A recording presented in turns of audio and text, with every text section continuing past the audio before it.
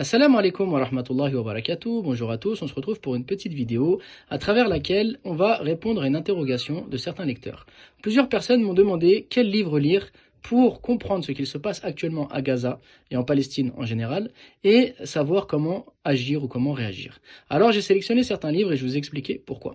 Le premier est un livre indispensable qu'il faut absolument lire. La diaspora cananéenne réclame Jérusalem.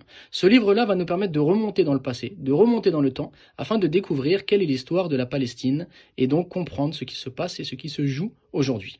Alors bien souvent le vainqueur ou bien le plus fort a son dernier mot, puisqu'il peut se permettre d'écrire des livres, de publier des livres, de donner sa version de l'histoire en cachant certains faits, en mettant en avant certains autres, de façon à donner raison à l'histoire. Alors rien de tel que de remonter dans l'histoire en prenant les faits tels qu'ils sont, afin de comprendre réellement ce qui se passe. Et c'est ce que nous propose de faire l'auteur. Alors il va nous parler de Canaan, et va nous expliquer qu'est-ce que ce territoire, quelles sont ses délimitations, pourquoi on l'appelle justement Canaan, qui sont les Cananéens, pourquoi par la suite ce territoire a été rebaptisé Palestine, par quel peuple, dans quelles conditions, pourquoi cette terre a toujours été chérie par de nombreux peuples, et pourquoi justement est-ce qu'elle a été conquise par de nombreux peuples, pourquoi est-ce qu'elle a attiré justement tous ces peuples. On va y découvrir l'histoire donc des Philistins, l'histoire des Assyriens, des Grecs, des Romains, des Égyptiens. On va découvrir à quel moment le peuple hébreu apparaît sur place, combien de temps il y reste, à quel moment il en est chassé.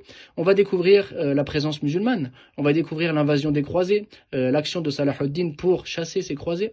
On va y découvrir la gestion donc ottomane donc de la Palestine. On va y découvrir le mandat, donc la Palestine qui devient un mandat britannique, le premier foyer juif qui est donc créé sous mandat britannique. On va y découvrir la colonisation sioniste, la réaction des différents courants du judaïsme à cette colonisation avec les sionistes, les anti-sionistes, les non-sionistes, et ainsi de suite. Donc finalement, on va découvrir toute l'histoire de la Palestine et les différentes périodes qu'elle a traversées avec les différents peuples qui l'ont peuplée.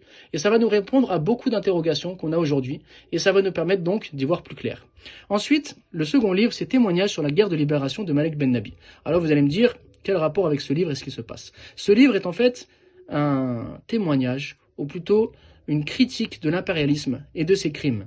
Et lorsqu'on enlève le mot Algérie, puisque c'est un livre qui a été écrit dans le contexte de la guerre d'Algérie, et qu'on le remplace par Palestine, on se dira ce livre est criant d'actualité et criant de vérité. C'est une véritable dénonciation des crimes atroces que l'impérialisme a commis en Algérie, et on peut actuellement l'utiliser pour ce qui se passe en Palestine, ou pour ce qui se passe même ailleurs dans le monde. C'est vraiment un cri du cœur de Malek Ben Nabi qui met toute personne qui aime la justice, qui met toute personne qui aime la vérité, qui met toute personne qui déteste l'injustice face à une réalité, face à des événements, et qui ne peut plus le laisser silencieux, qui ne peut plus juste fermer les yeux face à la loi du plus fort, mais qui est obligé de dire stop lorsqu'il voit des actions qui sont aussi horribles et aussi inadmissibles que ce que l'on voit aujourd'hui et que ce que Malek Ben Nabi dénonçait hier. Ensuite, j'ai également choisi texte sur la lutte idéologique, puisque aujourd'hui, la lutte finalement est une lutte invisible, une lutte d'idées, et pour cela, il faut donc être averti, il faut arriver à comprendre les enjeux, il faut arriver à comprendre les idées qui sont diffusées, et comment à travers des idées on arrive à manipuler des populations entières, afin donc justement de pouvoir lutter idéologiquement. Il faut se renforcer, et rien de tel pour cela que de se fier à la pensée de Malek Ben Nabi, que de s'inspirer de celle-ci, afin donc justement de n'être ni colonisé, ni colonisable. Et donc tous les livres de Malek Ben Nabi en général permettent à la personne donc qui les lit d'obtenir une pensée, afin de ne pas être toujours dans la réaction, mais d'être dans l'action. Car si on dénonce la colonisation, si on dénonce les injustices que l'impérialisme peut commettre, il faut également faire une introspection et enlever en nous tout ce qui fait que l'on peut être colonisable.